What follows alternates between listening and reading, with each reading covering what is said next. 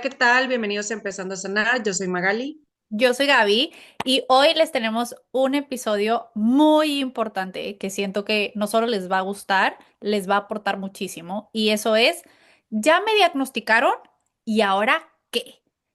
La de veces que me han hecho esa pregunta, Gaby, acabo de recibir mi diagnóstico, ¿qué hago? ¿Dónde empiezo?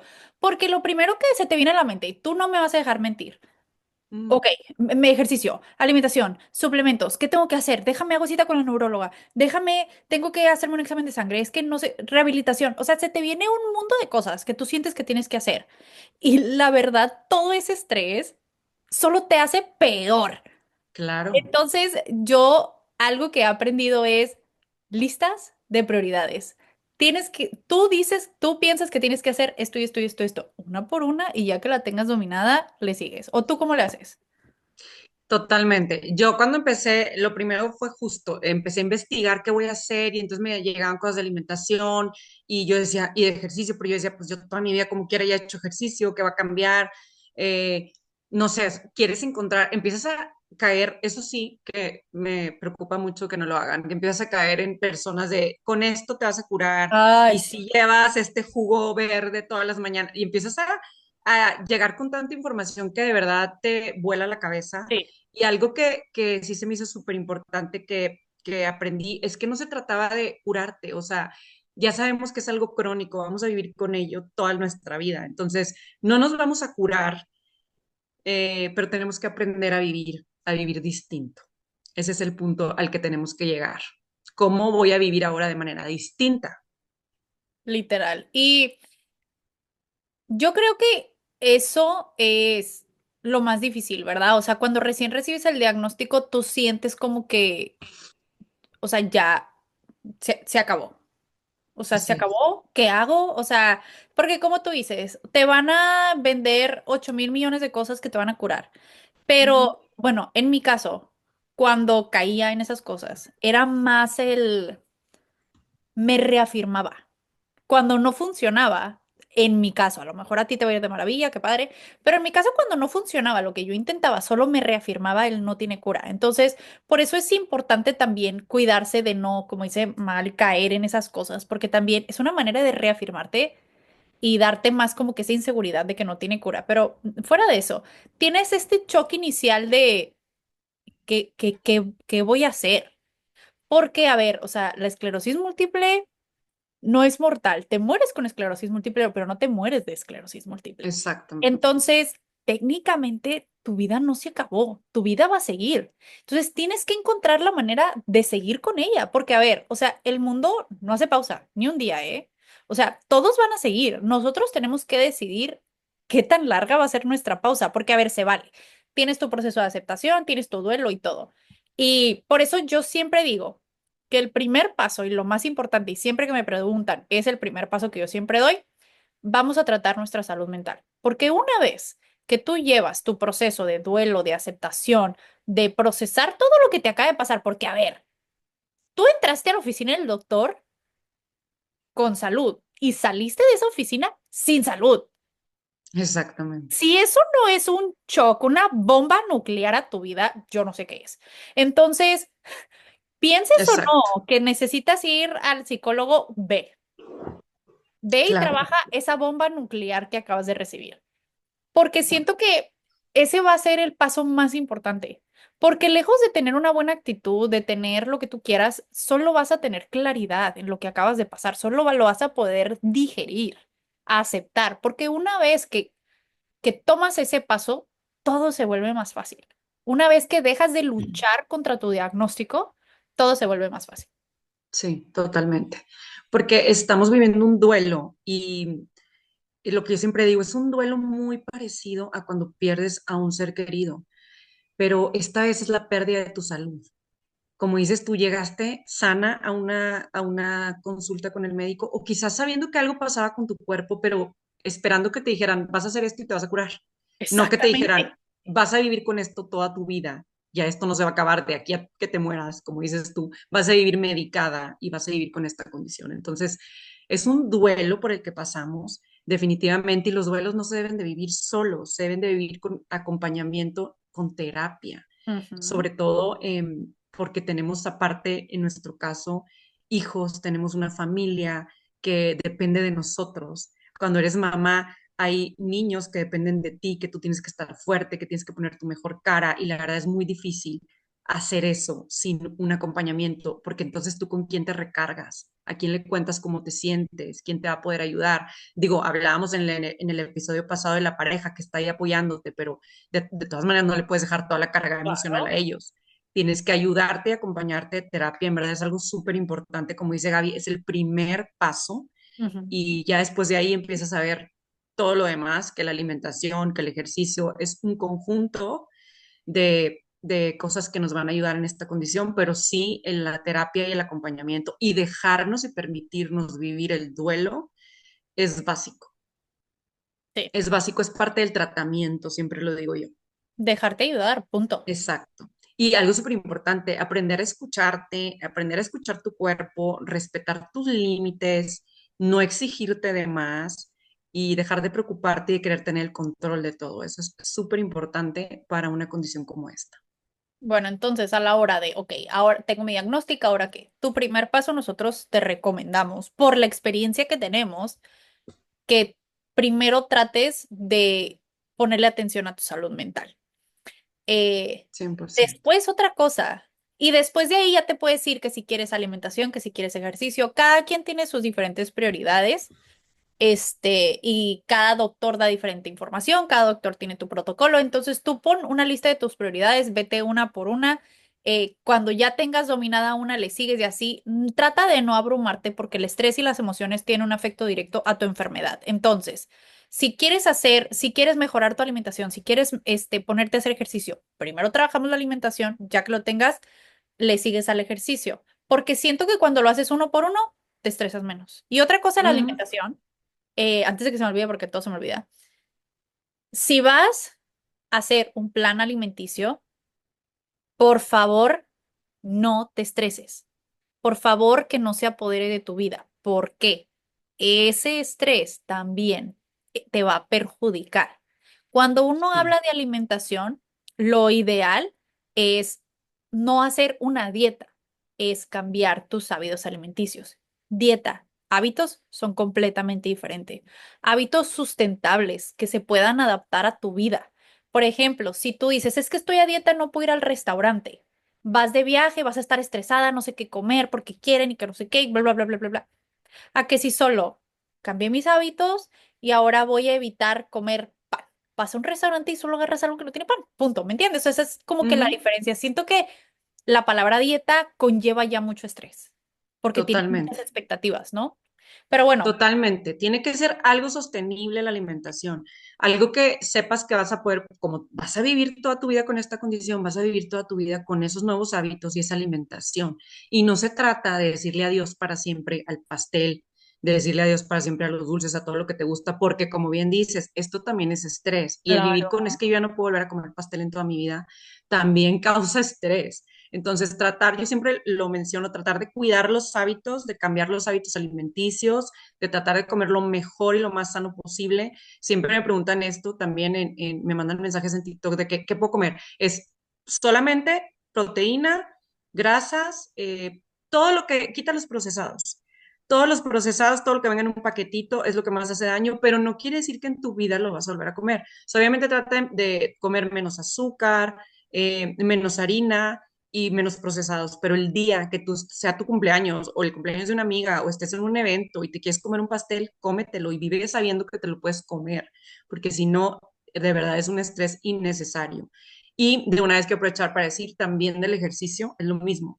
O sea, sí es importante la movilidad y Claro que ejercitarnos, pero hacer algo que disfrutemos y que también podamos sostener, que no sea como que, ay, es que todos los días tengo que ir a la bicicleta y odio la bicicleta, pero me dijeron que era lo mejor. O sea, no, escoge algo que vaya a ser sencillo para ti, que lo vayas a poder disfrutar, así sea caminar 5 minutos, pero movilidad, pero que lo puedas disfrutar y hacer cuando menos 2 o 3 veces por semana, porque si tú te obligas, es que lo tengo que hacer de lunes a viernes o de lunes a sábado, porque entonces yo leí o escuché que tiene que ser todos los días, va a ser un estrés para tu cuerpo también innecesario.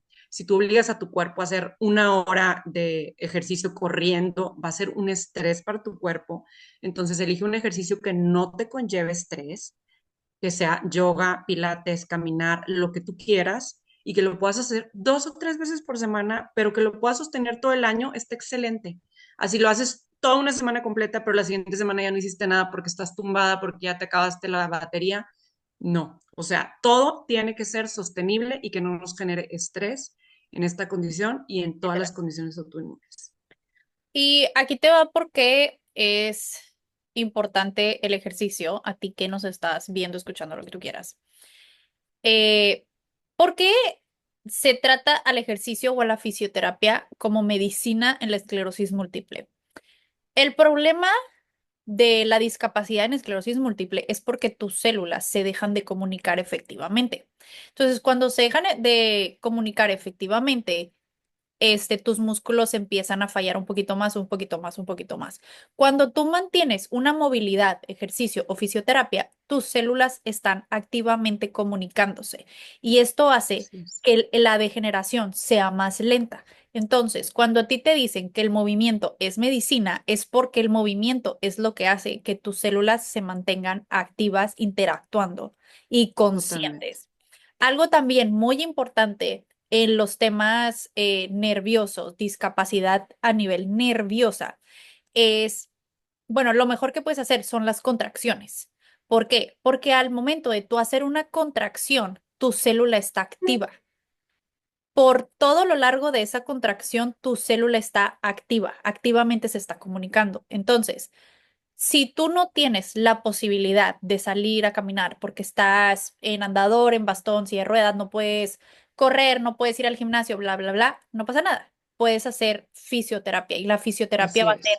igual de efectiva o incluso lo puedes hacer en tu casa. Mientras hagas ejercicios que generen una Estiramientos. contracción, tus células van a estar efectivamente activas. Entonces, por eso es el beneficio de la actividad. Y regresando a lo que dijo Magali de escoger tu ejercicio, a veces nosotros tenemos el concepto de ejercicio como tengo que ir al gimnasio, tengo que ir a la clase de yoga, plata, lo que tú quieras, tengo que ir a la clase, tengo que ir al gimnasio, tengo que salir a caminar, tengo que salir a correr. Pero también es una realidad que dependiendo de la discapacidad de cada persona o qué tan avanzada esté tu enfermedad, subir 2 veces las escaleras al día es ejercicio suficiente. Exacto. Entonces, siempre que tú vayas a empezar a invertirle en tu movilidad, hay que consultar con tu médico y con tu fisioterapia qué tanta actividad es suficiente para ti para que sea un beneficio para tu discapacidad o el progreso de tu discapacidad. Porque no el ejercicio que tú necesitas, el ejercicio que una persona no necesita, el ejercicio que una persona necesita no se ve igual en todos. Por ejemplo, yo y Magali, clarísimo. Magali puede ir al gimnasio, Magali puede hacer pesas, Magali puede hacer pilates. Yo, Ujú. Gaby, lo tengo contraindicado porque yo pierdo Exacto. fuerza repentina en las manos y en las piernas. Entonces, por ejemplo, yo puedo estar en una clase de pilates y de repente mi pierna deja de funcionar y pum, me ensarto, o sea, se me va la pierna. Claro. Poco, puedo estar en el gimnasio haciendo pesas, se me suelta la mano y se me cae la pesa. Termina Entonces, siendo contraproducente. exactamente. Entonces, por eso es importante que también tú hagas el ejercicio que va a ser que va a ser de beneficio para la discapacidad que tú tienes.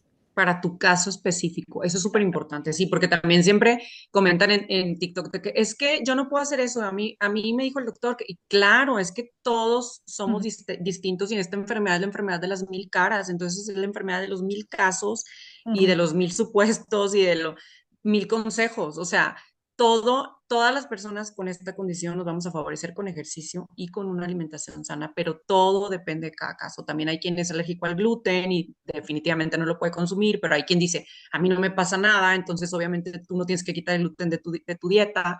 Entonces, definitivamente, eso que dice Gaby es súper importante. Recuerden que cada caso es distinto. Hay que individualizar nuestros casos.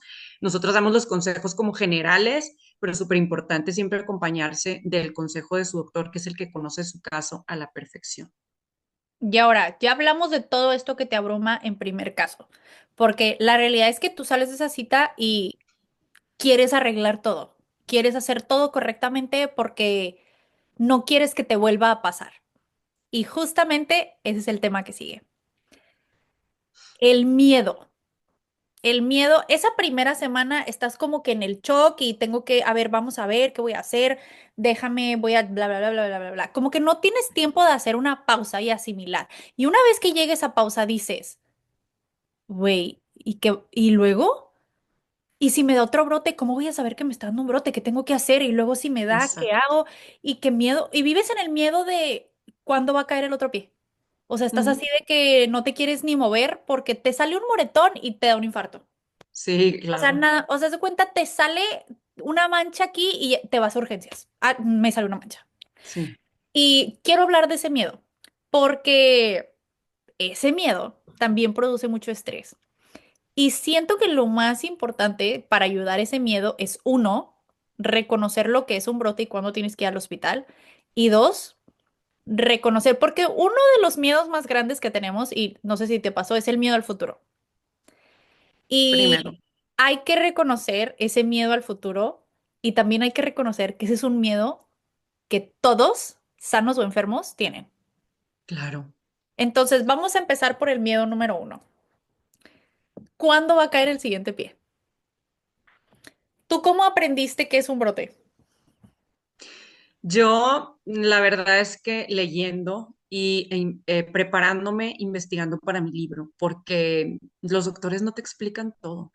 Mi doctor es muy bueno y me encanta porque, para empezar, fue el primero, el único que dio con lo que estaba pasando con mi cuerpo, porque ya estaban por decirme que todo estaba en mi mente y él sí me escuchó, entonces la verdad es que lo aprecio mucho por eso, para empezar, pero su trabajo es decirte, tienes esto, no tiene cura y con esto otro vamos a evitar la progresión y darte el medicamento que necesitas y hasta ahí. Pero ellos ya no te explican más, no se van a poner a darte una cátedra de la enfermedad a cada paciente porque no van a terminar nunca, es una realidad. Entonces es un trabajo de nosotros investigar. Yo empecé a investigar y a darme cuenta de lo que era un brote porque al principio yo era, estoy teniendo otro brote porque otra vez me está volviendo el dolor en la pierna y el calor en la pierna con el que empecé. Entonces estoy teniendo otro brote y acaban de pasar 2 semanas que había salido del diagnóstico del hospital y demás. Y yo sentía que ya era un brote y le avisaba y entonces él sí me empezó como a decir un poco de, a ver, no, esto no es un brote, es el mismo síntoma, mientras el mismo síntoma no es un brote. Los brotes son síntomas nuevos que duran más de 24 horas. Eso sí me lo dijo, pero no lo entiendes mucho al principio. Como dices, tú estás con el miedo de otra vez, y estoy teniendo un moretón, pero justo yo me llené de moretones después de la cortisona que me pusieron en el hospital, pero no sabía que era parte de eso. Entonces ya investigando me doy cuenta y ya empiezo a darme cuenta que no eran brotes, sino que eran los síntomas que están ahí, que van y vienen, que si te estresas, yo me estreso ahorita y llega el calambre que con el que empecé mi diagnóstico y el calor en la pierna, pero es por el estrés o porque me fui de viaje y me alimenté súper mal y me la pasé comiendo procesados y hamburguesas y papitas fritas. Entonces ya más o menos sé cómo reacciona mi cuerpo y que no son brotes nuevos, pero al principio no lo sabes. Entonces, comentar aquí de una vez por si apenas están entrando en el diagnóstico que los brotes son cualquier síntoma que dure más de 24 horas, nuevo, eh, y que te dure más de 24 horas, ya entonces le hablas a tu médico y le dices, estoy pasando por esto y seguramente es un brote, pero también comentar de una vez, en mi caso, yo he tenido brotes, bueno, he tenido un brote de mi diagnóstico y he tenido unos pseudobrotes que le Pseudo. llaman, que Ujú. son también los síntomas un poquito más fuertes que ya has tenido y que te duran un poquito más, pero se les llama pseudobrotes. Entonces, bueno, fue como yo empecé a saber de lo que era la enfermedad, pero al principio sí vives con mucho miedo. Yo cualquier cosa nueva en mi cuerpo era como, ya estoy teniendo un brote. Y entonces ese miedo, como dices tú, te genera ansiedad y estrés que a su vez te perjudican con esta condición. Entonces sí hay que tratar como un poquito de, mi consejo número uno es investiguen mucho, lean mucho, aprendan, llévenle un paso adelante a la condición para que no los sorprenda y no vivan con ese miedo. Yo creo que también hay que reconocer que el Internet es un lugar de Doble terror, cara. peligroso. Sí, Entonces, a mí lo primero que me dijo el doctor fue, si tienes preguntas, pregunta a mí, no cheques en el Internet porque te vas a asustar. Y al principio no sabes qué preguntar. O sea, ¿qué te pregunto? No tengo la menor idea qué es la esclerosis múltiple, no sé qué preguntarte. exacto. Entonces, en esta enfermedad, algo que he aprendido es definitivamente, y es algo muy irónico, que la información es poder. Obviamente la fuente de información muchas veces no te la da, pero y pues uno tiene que saber qué preguntar, ¿verdad? Para informarse. Pero creo que es una de esas cosas que pues vas aprendiendo, desafortunadamente vas aprendiendo en el camino y ya que por eso es importante esto que estamos haciendo, porque nosotros hemos aprendido en el camino, entonces te queremos ahorrar esos sustos que nosotros vivimos, ¿verdad? Claro, claro. Entonces, definitivamente la información es poder, definitivamente estar preparado ayuda mucho con ese miedo. Como dijo Magali, un brote es un síntoma nuevo que nunca has experimentado, que dura más de 24 horas. Lo único que yo quiero agregar es que las características tienen que ser sensoriales, motores, cognitivas o de visión. ¿Qué es sensorial? Me hormiguea, me arde, Me me duele. tiembla, etcétera. Motor, debilidad, desequilibrio, vértigo, todo lo que tiene que ver con tu manera de moverte. Estás cojeando, tienes la mano caída, tienes el brazo caído, tienes el pie caído, la lengua, la boca, no puedes tragar, etcétera. Todo lo que tiene que ver con tu sistema motor cognitivo, todo lo que tiene que ver con la mente. No me puedo comunicar. No me salen las palabras, no me acuerdo, pero no me acuerdo no como neblina, no, literal, no me acuerdo. No me Ujú, acuerdo si desayuné. No hay poder humano que me haga acordarme. exacto. Visión es todo lo que tiene que ver con los ojos, visión borrosa, visión doble, veo rosa, soy daltónica, veo gris, o sea, todo lo que tenga que ver con tu vista. Algo también importante es que no hayas experimentado fiebre o una infección. Si sufriste fiebre o infección, probablemente se va a tratar de un pseudobrote, brotes que son pasajeros.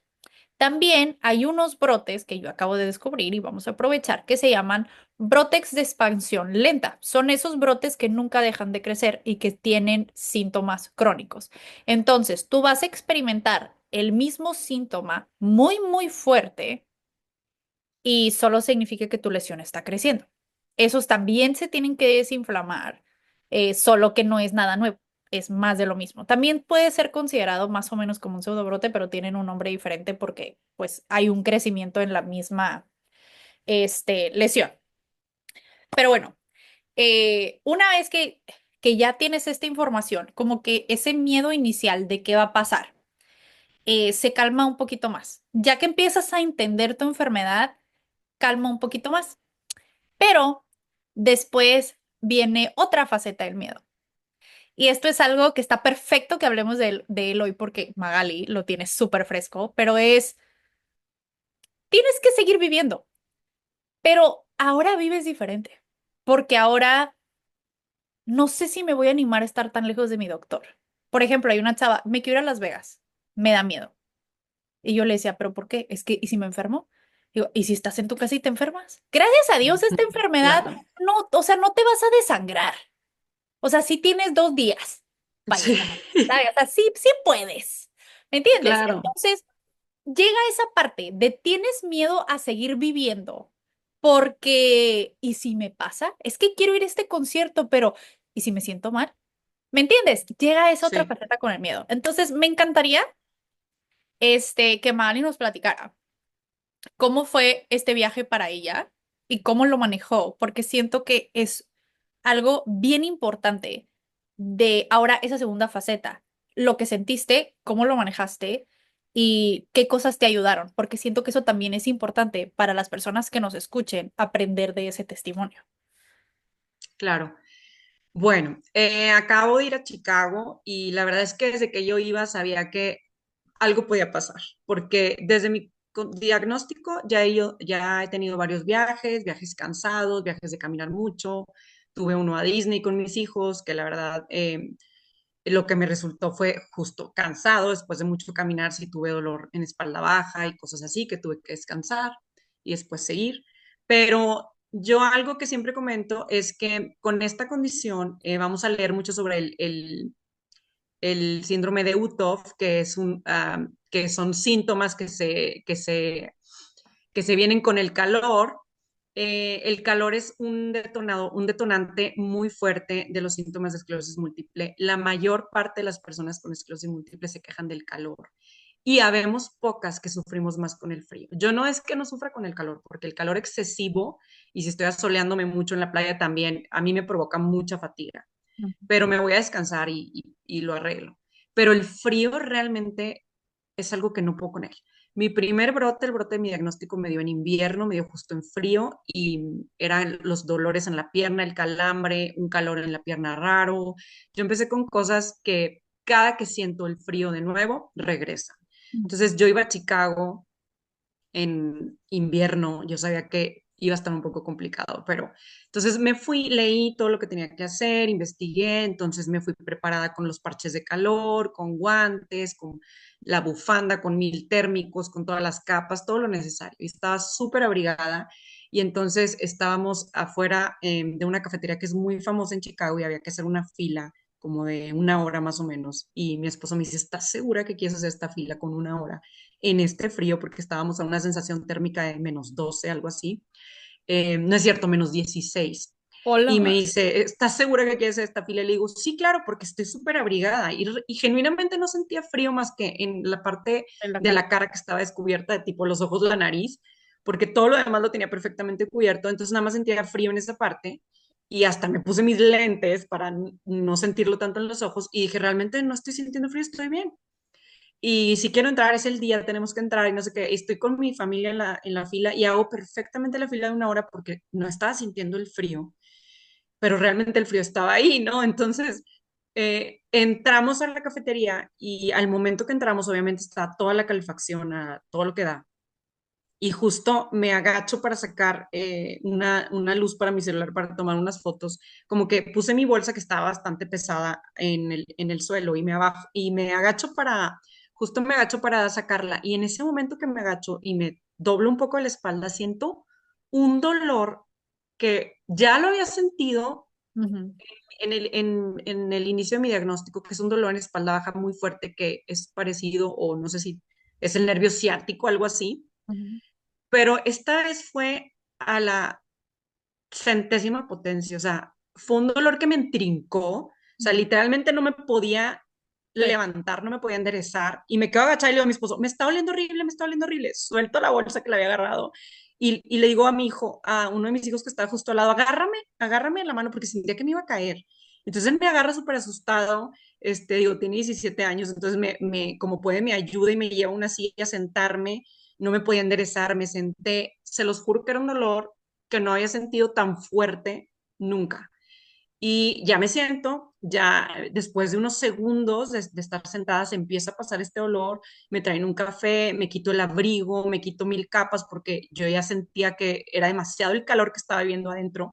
Entonces siento yo que fue el choque El de mi choque de cuerpo, de todo temperaturas. el frío 100%. de Ujú, afuera, ahora todo el calor. 100%. Ya poco a poco me fui descubriendo, me fui sintiendo mejor y de verdad nunca me había pasado, entonces no había leído sobre esto, empiezo a investigar y resulta que evidentemente tenemos que también cuidarnos de estos cambios tan bruscos de temperatura. Entonces yo lo que debía haber hecho fue, antes de entrar, empezarme a descubrir un poquito, o más bien cuando entré, inmediatamente quitarme todo para empezar a enfriar mi cuerpo, porque estaba entrando en un calor súper fuerte, del frío de afuera al calor de adentro, fue Sí, es un demasiado el shock. cambio. Entonces, como que ir poco a poco regulando tu temperatura para que no sea este cambio tan drástico. En verdad fue algo que al final se me pasó descansando, me tomé mi café, me tranquilicé, salí de ahí, volvimos a caminar porque hay que caminar mucho para llegar a los estacionamientos en Chicago, entonces tuve que volver a caminar mucho en el frío y ya no volvió porque de verdad a partir de ahí, todo el viaje, porque ese fue el primer día, a partir de ahí todo el viaje ya empecé a hacer esto de poco a poco irme cambiando, irme quitando capas, para ir acostumbrando a mi cuerpo, para que se vaya regulando poco a poco la temperatura. Entonces, este tipo de cosas de verdad son muy importantes. No las sabemos desde un inicio, las vamos viviendo y como siempre comento, es que es importante ir aprendiendo a conocer a nuestro cuerpo, Sí, al literal. de ahora, a nuestro cuerpo con este diagnóstico, aprender a escucharnos y aprender a vivir con esta nueva versión, porque somos una nueva versión que antes no éramos. Antes de frío a calor y no nos pasaba nada, nos reíamos, o sea, era como no pasa nada, pero en verdad es importante que aprendamos a escuchar a nuestro cuerpo y conocerlo. Ahora ya sé y ahora ya no me va a pasar, pero sí aprendí duro. Y es que justamente quería que platicaras de esto, porque yo creo que es importante eh, reconocer, uno, que si te hubiera pasado al principio de tu diagnóstico tu reacción hubiera sido otra. Por eso claro, quería que Magali lo platicara. Porque si esto hubiera pasado 6 meses desde tu diagnóstico, habla al doctor, córrele, córrele, córrele, me está dando un brote, algo me pasó, te empanicas, ¿verdad? totalmente. Y la diferencia es que regresamos al poder de la información. La diferencia es que Magali lo siente y por la característica, ella sabe que no es un brote. Ella sabe que algo más está pasando. Y bien Exacto. importante, después de lo que sintió, ¿qué fue lo que pasó? Investigó, Ujú. aprendió y pudo manejar el resto de su viaje. ¿Por qué? Porque para mí era importante que Magali compartiera esto. Porque aquí estamos viendo literal todas las facetas. El miedo, el susto, porque te prometo que en el momento que pasó estabas de que a la madre, ¿qué voy a hacer? A la madre, ¿qué voy a hacer? O sea, me está pasando esto, me siento así. Pueden ser de que 10 segundos, pero te prometo que por 10 segundos estabas de que ya valió. Claro. Porque Sí, sí, siempre sí. lo vas a pensar, siempre lo vas a pensar. Eso es algo natural, eso es Claro, algo normal, eso pasa claro. a todos, primero. Segundo, este, primero tuvimos este miedo inicial. Gracias a todo lo que Magali ha vivido, ya sabe que definitivamente no se trataba de un brote, que solo era algo que estaba pasando y era importante de que, ya que conociste lo que le pasa a tu cuerpo, bueno, ahora ya sabes qué medidas tomar, Ujú. ¿me entiendes? Para evitar que siga pasando. Entonces, con todo esto, ¿a qué voy? No tengas miedo de hacer las cosas, mejor investiga cómo le puedes hacer para seguirlas haciendo. Exacto, Eso es a lo que exactamente. yo quería llegar.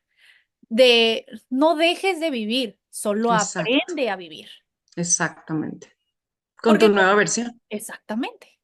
Porque como dice Magali, hay gente que le afecta más el frío, hay gente que le afecta más el calor. Y ella dice, es que en el calor a mí lo único que me da es fatiga. La mayoría de las personas que tenemos esclerosis múltiple experimentan esto de la fatiga. Déjame te explico por qué. Cuando hace calor, tu cuerpo necesita regular la temperatura para sobrevivir, porque el calor, a diferencia del frío, deshidrata más. Entonces, tus células y tu cuerpo están consumiendo tu energía para regular tu temperatura. Por eso experimentas más fatiga en el calor.